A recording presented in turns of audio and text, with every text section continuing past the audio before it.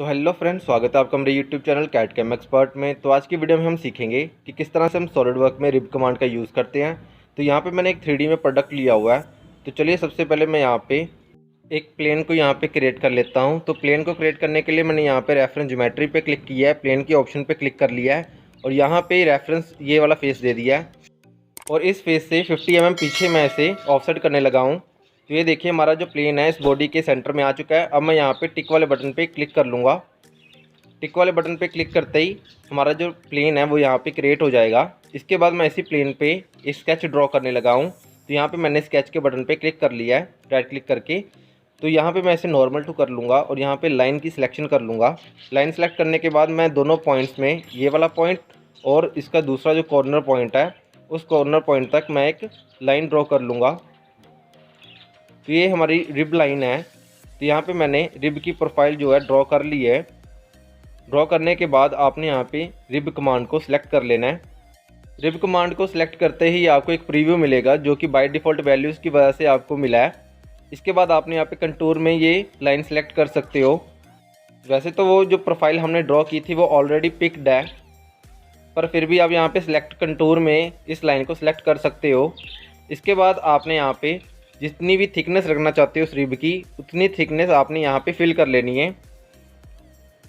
तो यहाँ पे ऊपर आपको ऑप्शन दी गई हैं, 3 ऑप्शन। तो अगर आपने लेफ़्ट साइड रखनी थिकनेस या राइट साइड रखनी है या सेंटर से रखनी है वो आपने यहाँ पे चूज़ कर लेनी है। चूज़ करने के बाद आपने यहाँ पे नीचे आ जाना है जो कि है ड्राफ्ट की ऑप्शन, यहाँ पे क्लिक कर लेना है और इसे ऑन कर लेना है। ऑन करने के बाद आप जितना भी इस रिब को ड्राफ्ट एंगल देना चाहते हो वो आप ड्राफ्ट एंगल यहाँ पे फिल कर लोगे। इसके बाद अगर आप यहाँ पे आउटवर्ड ड्राफ्ट रखना चाहते हो तो आपने यहाँ पे टिक कर लेना है, अदरवाइज़ आपने यहाँ पे अनटिक कर देना है।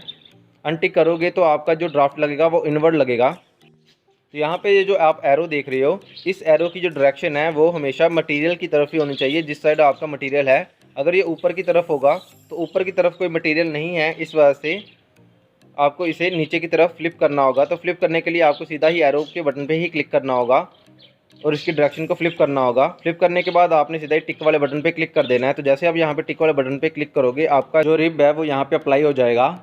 तो यहाँ पे हमने ड्राफ्ट की ऑप्शन को ऑफ कर दिया था, इसलिए हमारे जो रिब है उस पर ड्राफ्ट नहीं लगा।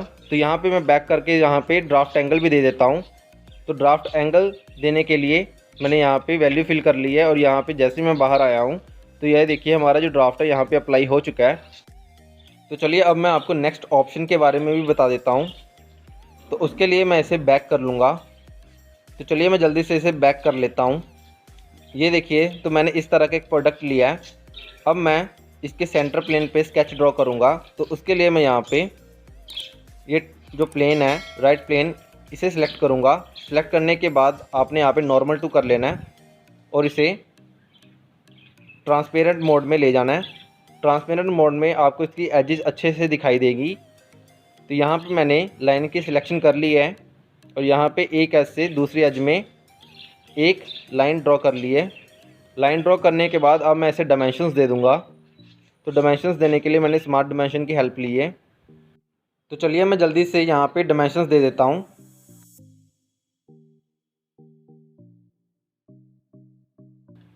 डायमेंशंस को फिल करने के बाद आपने यहाँ पे एडिट के बटन पे क्लिक कर लेना है और कमांड से बाहर आ जाना है।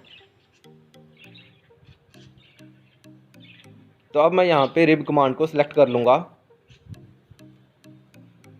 तो चलिए मैं रिब कमांड को सिलेक्ट कर लेता हूँ। सिलेक्ट करने के बाद आपने यहाँ पे इस लाइन को सिलेक्ट कर लेना है। तो लाइन को सिलेक्ट करते ही आपको मैंने बताया था कि आपका जो रिब है वो वहाँ पे अप्लाई होगा जहाँ पे मटेरियल है, जहाँ पे मटेरियल नहीं है वहाँ पे अप्लाई नहीं होगा।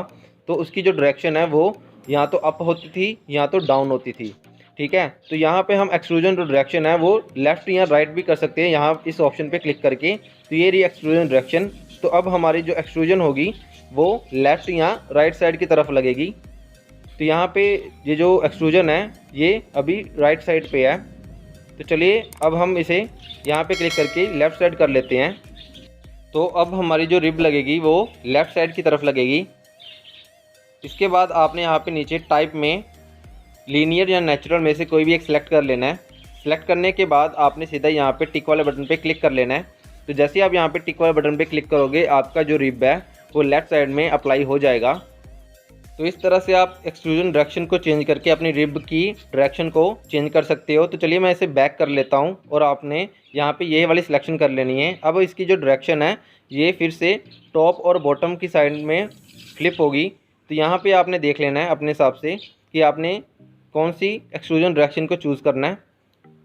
तो ये थी हमारी आज की वीडियो। आपको वीडियो कैसी लगी मुझे नीचे कमेंट करके जरूर बताएं और वीडियो को लाइक और सब्सक्राइब करना ना भूलिएगा। धन्यवाद।